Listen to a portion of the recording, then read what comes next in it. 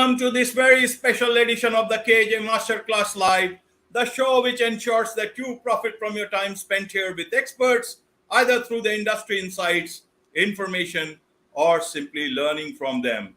And today we have Virginia Walker, and she's a leadership and change mentor, author, and speaker, and her abiding passion is enabling workplaces where people learn, grow, and thrive. Welcome to the show, Virginia. It's a pleasure to be here, AJ. A pleasure to be here. You are welcome to the show. You are welcome to India. And I'm sure not just in India, but a lot of people across the globe will be able to benefit from the discussion. And we'll be talking about how to work less and achieve more. And you are the master for today. And what we mean for working less does not mean that one has to be lazy. It is about productivity and the right kind of productivity. So, Virginia, my first question to you is, you are a leadership and change mentor. And a lot of times, a lot of changes need to be managed at the workplace. Amongst this, I guess, with the new changes happening in the environment, in all aspects of our life, one is that is required, is happening, is the change in mindset. And wherever that change is not happening, that is certainly required. And perhaps in the new age, we got to see the working environment, how people work, how people deliver, how people are productive in their manners, in terms of the way leadership mindset, the way, or the peer-to-peer mindset, the way they see people, very effective people, very strong people who are delivering day in and day out. And when they are achieving in less time and achieving more in less time by doing effectively.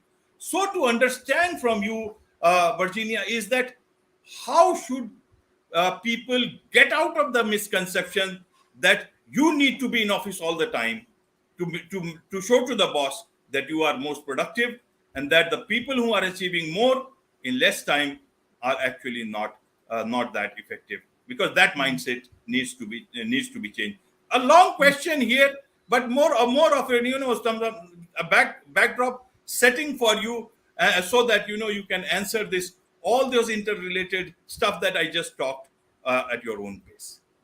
I will try and knit those pieces together, AJ. I'll try. But I think you raise a really important question around mindset, and also the expectation we have of ourselves. We often think they're other people's expectations. So why are we staying in the office late? Why are we doing that? Because we think that's what's required, because we observe people behaving that way. And so we assume that that's how we have to behave.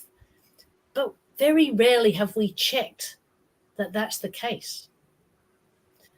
One of my favorite, I've been around the workforce for a very long time, as you can see. Didn't come down yesterday in the last shower, and I didn't turn 21 my last birthday. Sort of a multiple of 21s.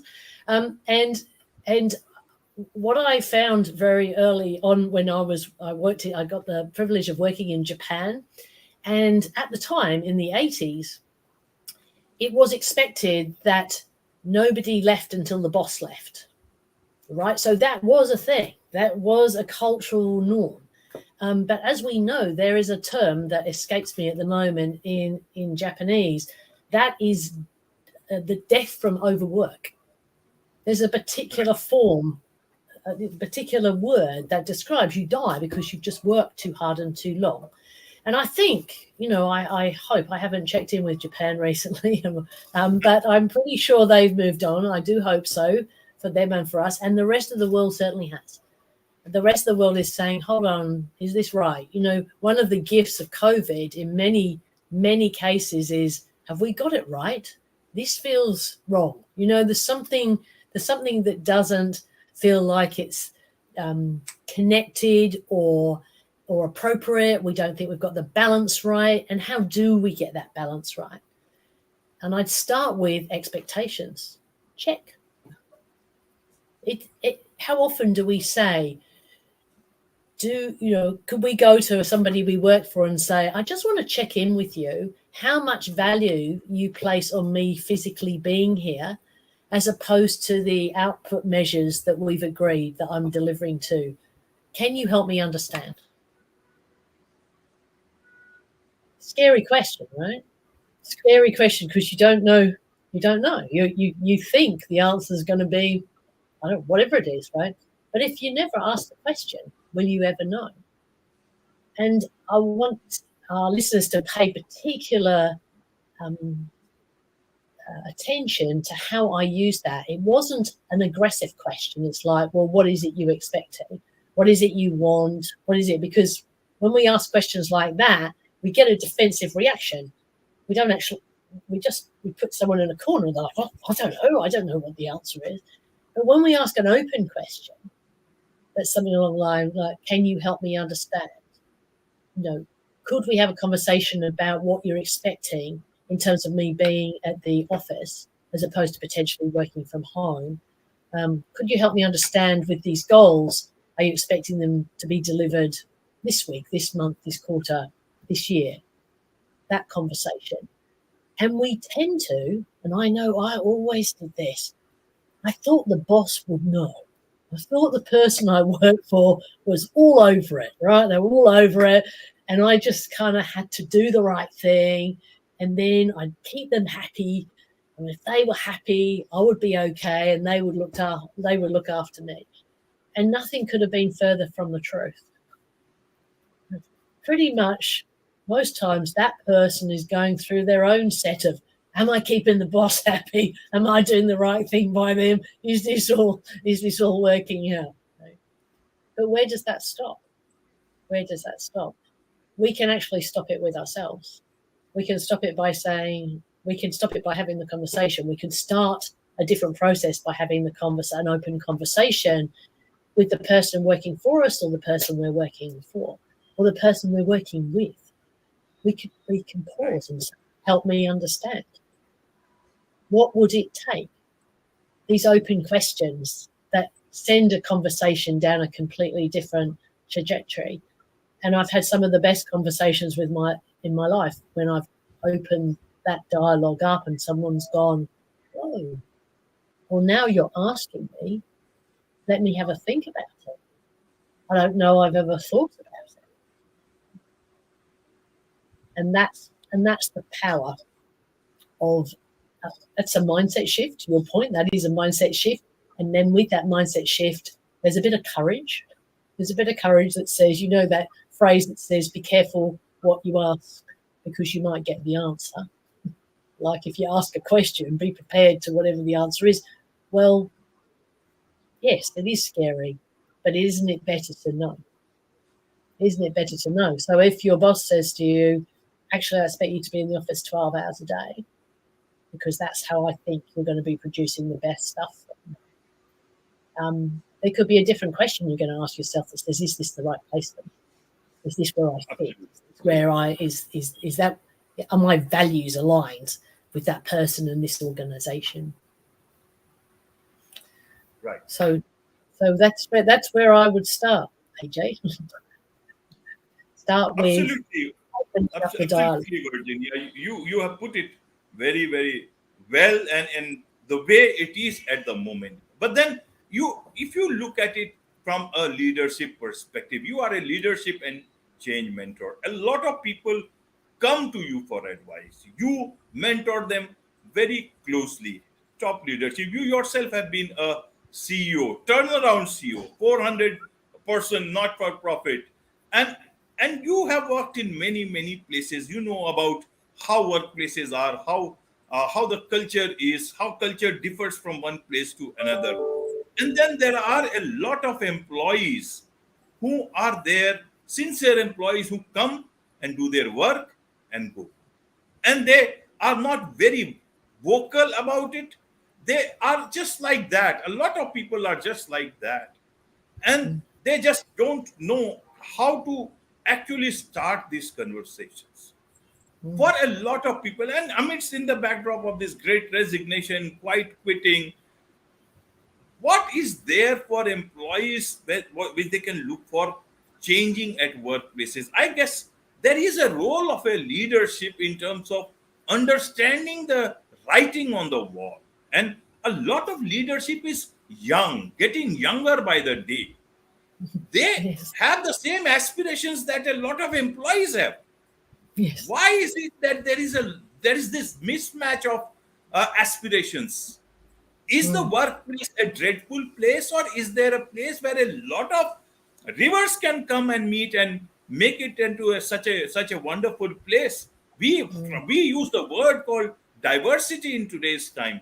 Why can't this whole aspect of diversity in the way people excel differently, in the way they work differently, and the mm. leadership actually assimilates all that aspirations and put it the best productivity place for everybody? How do you look at the leadership part in all this?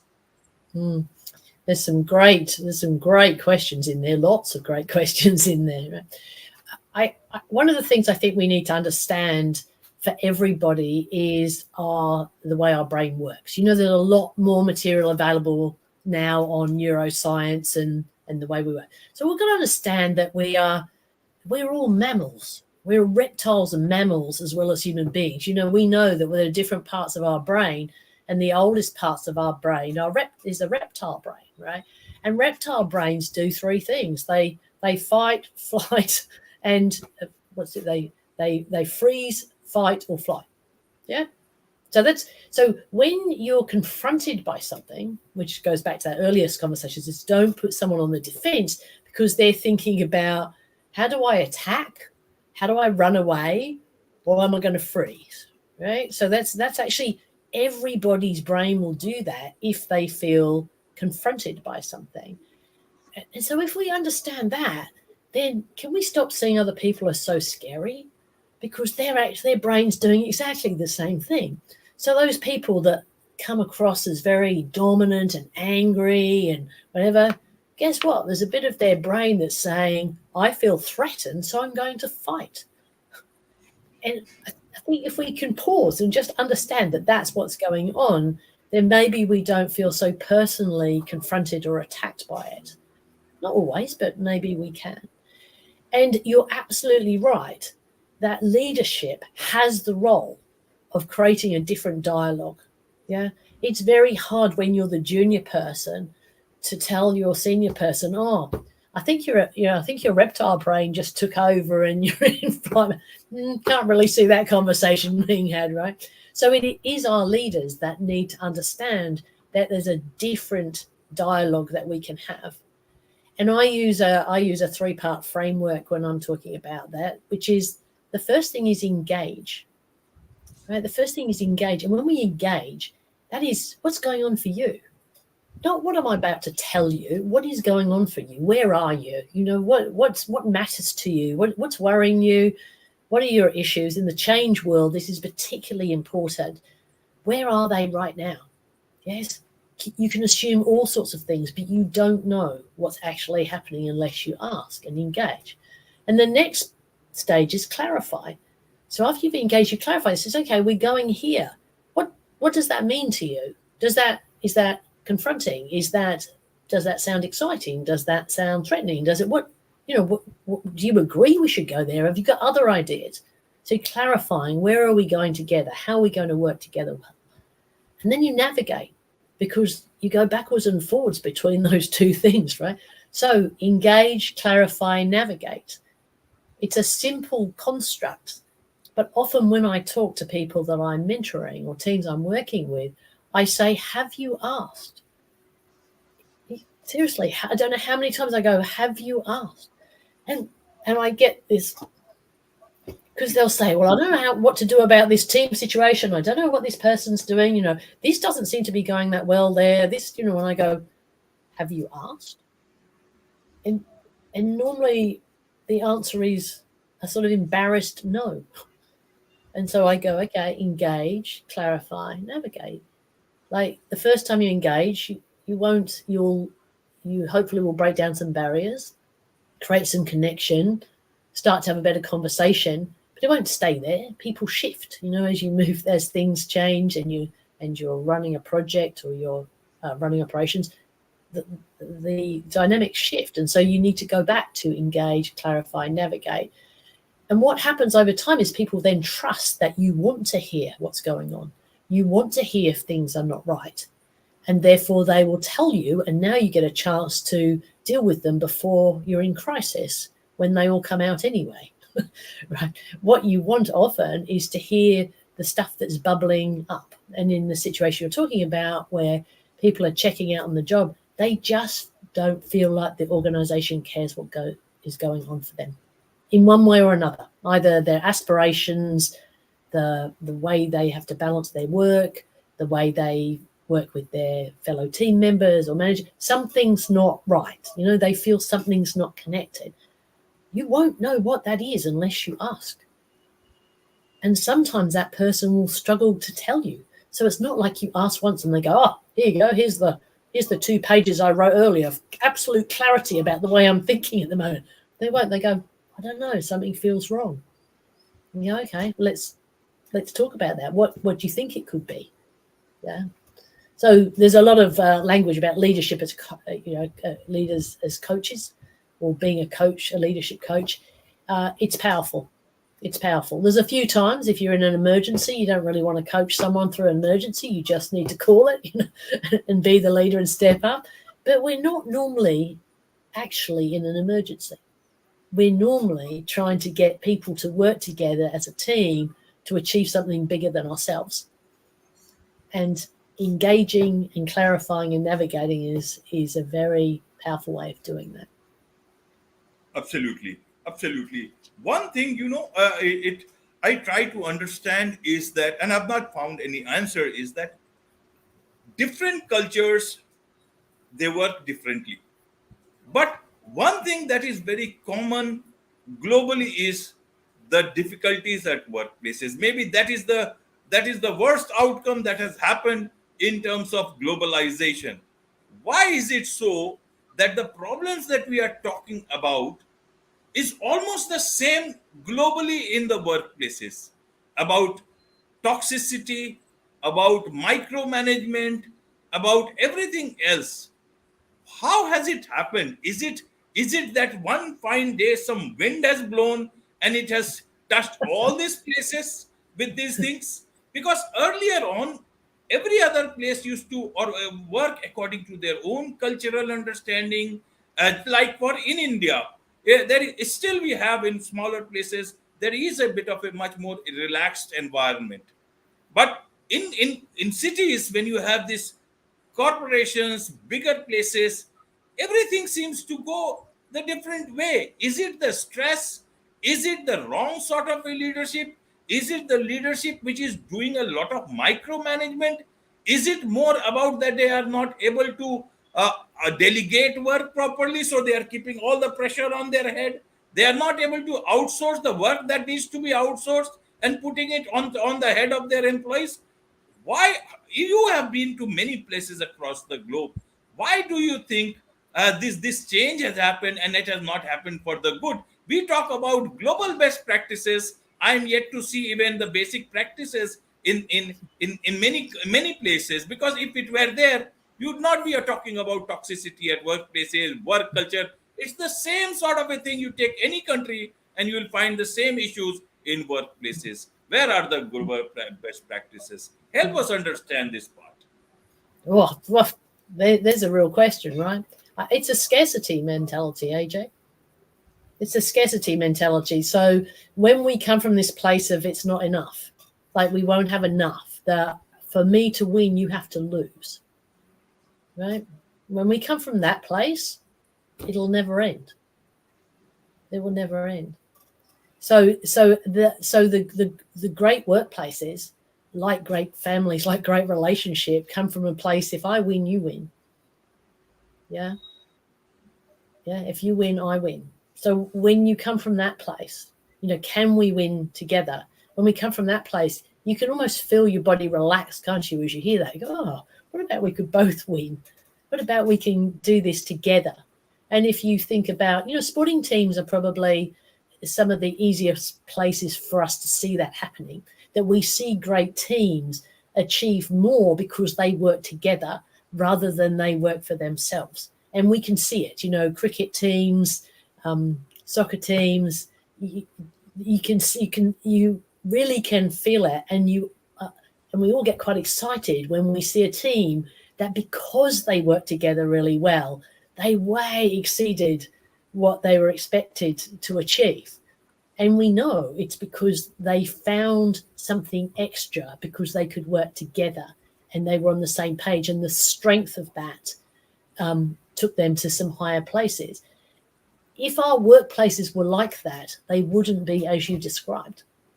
We wouldn't see micromanaging. We wouldn't see scared leaders who think they're not going to make their results. We wouldn't see people trying to dominate because it's like, for me to win, you need to do this. Yeah, that's not an engagement. And going back to that whole thing about how we're pre-programmed, there is a global consultant called Ram Shram who years and years ago he made a sentence. He came out with a sentence that absolutely struck me straight to the core. He said, "Working together well is a competitive advantage." What a great statement, right? Because he's saying, when you and I talk and work together, we can probably figure it out. It's pretty easy, right? Then we add another person, there's a few more dynamics, and then we add another person. By the time you're in an organization that has hundreds or thousands, if not tens of thousands of people, how hard is it? How hard is it to keep people on the same page, aligned, and going in the same direction? It's really difficult. And it's a competitive advantage, but it also feels better. It feels better when a team feels like they have the same values and they're on the same page. It was the primary way that I achieved the turnaround that I did with my team at the not-for-profit you mentioned. We started off, even though we were losing money, it was no use saying, oh no, we need to stop losing money. It's like, what's that? How does that work? No one knows what their role is, right? I said, okay, we need to all work together to take this organization to a different place. So what are our values? What values are going to drive us? And the organization already had a set of values. And I went, do we live them? And the answer, when you looked at it seriously, was not. And so we went back to, okay, everything we do needs to be in accordance with these values. So as we work our way through the difficult decisions that we're going to have to make to turn this organization around, we are going to do it on a values basis. And there was one really, really pivotal conversation in that where I and another person were sitting in the office and we went, I don't really want to do that. But if we do that, it won't be in accordance in our values. And if we do this, it will be. And if we do it our values, it's probably going to be way more expensive. Bear in mind, we're still trying to turn the order. But that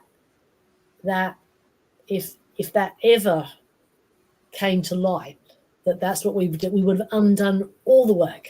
We'd have undone everything. And we went, easy. We're going to do the more expensive option and we're going to align with our values. And we took this kind of deep breath and went, that feels so good. And I don't know there's enough of that. I think there are moments where we need to keep each other accountable, living our values and looking for the win-win in our world. Right, Virginia. One thing I wanted to ask is about the quality of leadership that is coming in. Is it that the leadership is very competent, but they have somehow they have seemed to have forgotten about the basics of business and not overcommitting to an idea swayed by just temporary events which they know will not last for a lifetime? For example, when COVID was just happening, a lot of companies started hiring a lot of people and planning all the strategies as if the whole world will remain inside their homes forever. With knowing that human instinct that it has not happened in the history of mankind, and it will not happen because humans are not going to be pigeonholed into their houses forever. But they did a lot of that, and later on, a lot of layoffs happened. Yeah. And then there was all this hue and cry, and we can still see those numbers impacting all countries because a lot of it, these are global companies. Second aspect is, and this is just going on, is the that they declared that now work from home is a reality and people can work from home forever if they are in our company. And a lot of people planned their lives that way. Many people left their homes in cities or other places, sold their houses, sold their cars, went to their places which they have always dreamt of, or maybe their hometowns. And now the same leadership is asking that, okay, come to the offices and work for 3 days. It is not that easy. So I'm not blaming anyone here. There is something called, as a leader, you got to not look at the present, but also look at the future. And that is where your leadership comes into impact, how it impacts your organization, your Totally. life. And that is what the job of a leadership is. To you can't just put out a notice, okay, this is we went wrong and this is that, this is it Absolutely. that this sort of leadership are not able to comprehend the ground level situations of the employment part of the people, and as well as the things that are happening in the workplaces? And that is the reason why there is so much of discontentment, the great resignation, quiet quitting happening. And amidst all these things, the new term that has come up is, you know, uh, in terms of mission, purpose driven businesses. How do you want to build that whole infrastructure of purpose driven business on the infrastructure that is so fragile? Help us understand this. Is it that this sort of a leadership, is going, it needs to be changed first? That whole understanding of the ground level has to be there. Only then you can build a structure. You can't build a structure on a marshy land without taking care of it fully. Help us Mm. understand. I'll have a go, AJ. I'll have a go. So back in the, back a few decades ago, in a larger organization, there was a sense of working through the ranks. You've come in, you're the junior, you're the lowest of the low, and then you become slightly more senior, and then you become slightly more senior, and then you become a manager, then you become a second line manager, and there was whole hierarchy, wasn't there? And the interesting thing about that world, I'm not saying it was perfect, but that allowed you to observe people making decisions and behaving in a way that you could observe and learn from as you worked your way up that system. Not perfect, but certainly there was probably a little bit more of a natural mentoring system going on in that world. And as we know, a few decades ago, most middle management was removed, right? It was just taken out. We don't need them. They're paper pushers. We don't need them now. We've got technology. We can jump over them. Don't need them anymore. And so some of that natural mentoring environment has gone, and the speed of things have increased, right? So then in parallel, we have the whole .com world where everything is faster. Everything's faster, can be done now. Now technology can fix this, it can fix that, can fix that. And you have the people who have made a lot of money in a fairly short period of time using their ability to understand technology and exploit it because they can see a need. So those two things in parallel meant the tolerance for learning things in a slow and gradual way, I think, has almost disappeared. It's like I need to know it, and I need to know it now. And I don't think I'm going to be given time to learn more of this. And no one's going to be patient with me and I'm not going to be patient with those that work for me. So there's this whole psyche around speed, which has, I think, come from a number of places, including the way technology has allowed that. But it's played with our brains because now we don't allow ourselves to slow down. Now our answer to 5 minutes spare time is to get on social media and see what's going on, or to watch something. So we actually don't allow our brains to come into this quieter, slower pace where we're going to reflect, think about what worked, think about what didn't work, and take that learnings into the next phase. And so I think you raise some important points. Now we tend to learn because we've crashed and burned, as the saying goes. It's like, okay, that didn't work. That was a big fail. Okay, I guess I'm going to learn from that and do something different the next time. So there's probably less appetite from learning from others or learning more slowly, and this desire to just get ahead really fast because we see people in our society that are very visible doing that. Right, right. My last question to you, Virginia, is this. Long back there was a movie called Yes, Virginia, There is a Santa Claus. And it was based on the Great Depression, when people were not finding jobs, the difficult times. And in those difficult times, the small girl wrote to the newspaper editor about, if there is hope around, and if at all there is a Santa Claus. I don't know whether you have seen it, but it's a very, I know the phrase, but I haven't seen the movie. No. yes, in case you get a chance. So in that, finally the newspaper editor, he gets the story done, and it is that very wonderful message. You will find it even on the internet about, yes, hope for humanity. During the times of the Great Depression, now are the times of the Great Resignation, and hence I ask this Virginia. This Virginia has to answer the questions and not ask. Lord, is that what is the future of workplace in today's time moving forward? How do we see hope in the times of great resignation, in the times of quiet quitting?